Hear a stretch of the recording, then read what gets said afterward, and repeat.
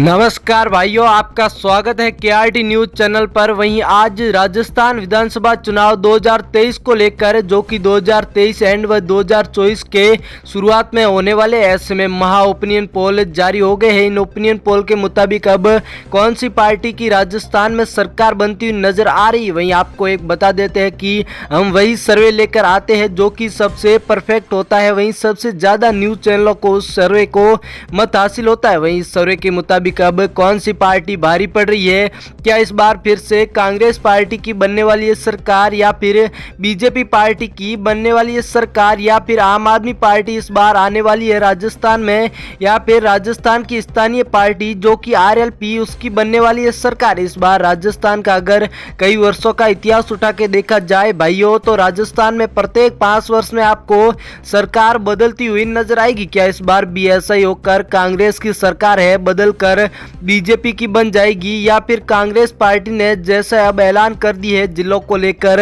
वहीं बड़ी बड़ी घोषणाएं लेकर, इनको लेकर अब जनता फिर से कांग्रेस को बनाने वाली है, अपनी सरकार बनाने का मौका देने वाली है, या फिर नहीं। आज आखिरकार इस सर्वे के मुताबिक कौन सी पार्टी की सरकार बनती हुई नजर आ रही है, आपको लेकर चलते हैं सर्वे आंकड़ों की तरफ। पहला जिला प्रतापगढ़ आ चुका है मेरे भाइयों।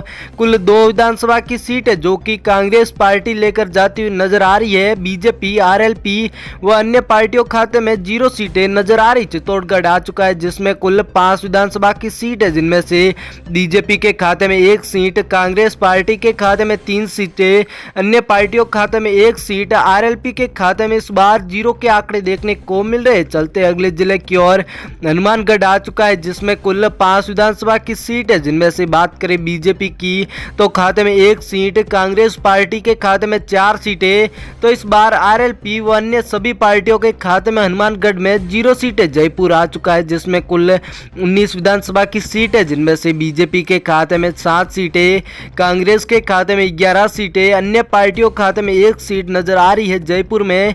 तो आरएलपी के खाते में जयपुर की 19 सीटों में से 0 सीटों के आंकड़े देखने को मिल रहे। भीलवाड़ा जिला आ चुका है जिसमें कुल 7 विधानसभा की सीट है, जिनमें से बीजेपी के खाते में बात करें तो 2 सीटें, वहीं कांग्रेस पार्टी के खाते में सबसे अधिक 5 सीटें, आरएलपी व अन्य पार्टियों के खाते में इस बार 0-0 के आंकड़े जाते हुए नजर आ रहे। चलते अगले जिले की ओर, अगला जिला आपके सामने बीकानेर आ चुका है मेरे भाइयों, जिनमें कुल 7 विधानसभा की सीट है, जिनमें से अगर बातचीत करें बीजेपी पार्टी की तो खाते में सबसे अधिक 4 सीटें नजर आ रही है। वहीं कांग्रेस पार्टी के खाते में इस बार 2 सीटें नजर आ रही है। वहीं आरएलपी के खाते में बीकानेर में 1 सीट नजर आ रही है। अन्य पार्टियां 0 पर। जालोर जिसमें कुल 5 विधानसभा की सीट है, जिनमें से बीजेपी के खाते में 3 सीटें, तो कांग्रेस पार्टी के खाते में इस बार 2 सीटों के आंकड़े नजर आ रहे। वहीं जालोर में बीजेपी व कांग्रेस के मध्य टक्कर बताई जा रही है। झालावाड़ जिला जिसमें कुल 4 सीटें, जिनमें से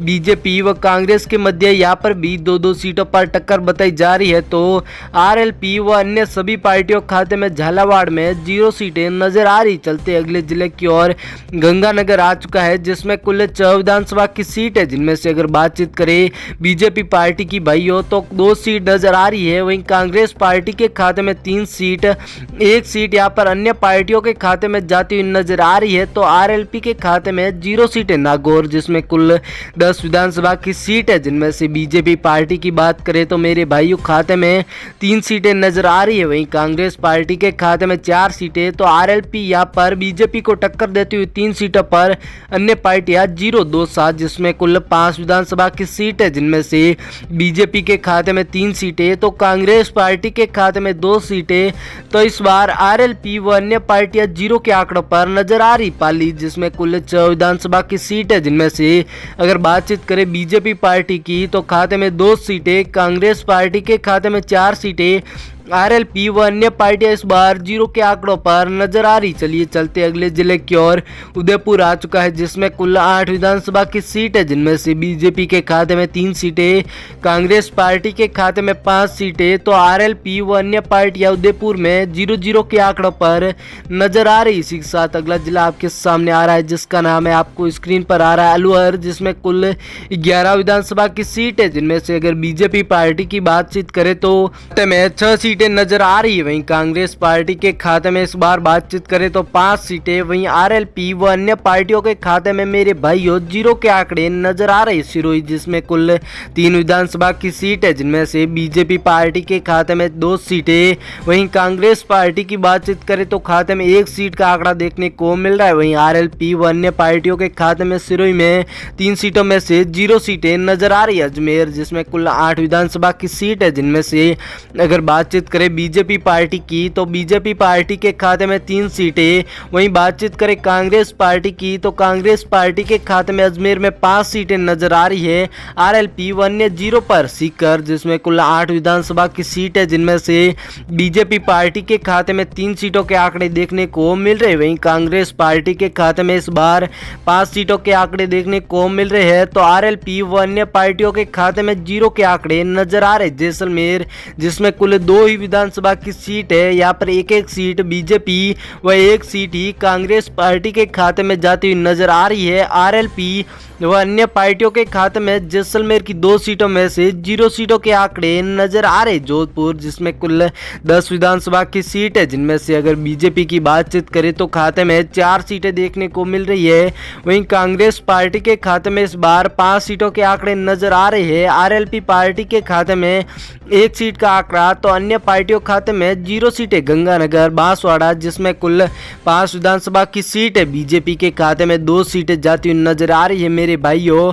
वहीं कांग्रेस पार्टी के खाते में 3 सीटों के आंकड़े देखने को मिल रहे। वहीं बातचीत करें अगर आरएलपी व अन्य सभी पार्टियां 0 पर नजर आ रही है। सूरू, जिसमें कुल 6 विधानसभा की सीट है, जिनमें से बीजेपी पार्टी के खाते में 2 सीटें, तो कांग्रेस पार्टी के खाते में सबसे अधिक मेरे भाइयों 4 सीटें नजर आ रही है। आरएलपी व अन्य पार्टियां 0 के आंकड़ों के साथ नजर आ रही है। चलिए चलते हैं अगले जिले की ओर। बाड़मेर आ चुका है आपके सामने, जिसमें कुल 7 विधानसभा की सीट है। अगर बातचीत करें 7 सीटों में से बीजेपी की तो खाते में 2 सीटें, कांग्रेस पार्टी के खाते में 4 सीटें, आरएलपी के खाते में 1 सीट, वहीं अन्य पार्टियों के खाते में 0 के आंकड़े देखने को मिल रहे। डूंगरपुर जिले की बातचीत करें तो कुल 4 विधानसभा की सीट है मेरे प्यारे भाइयों, जिनमें से अगर बीजेपी की बातचीत करें तो 1 सीट, कांग्रेस पार्टी के खाते में इस बार 3 सीटों के रुझान देखने को मिल रहे हैं, तो आरएलपी व अन्य पार्टियां 0 के आंकड़ों पर नजर आ रही। वहीं मेरे प्यारे भाइयों,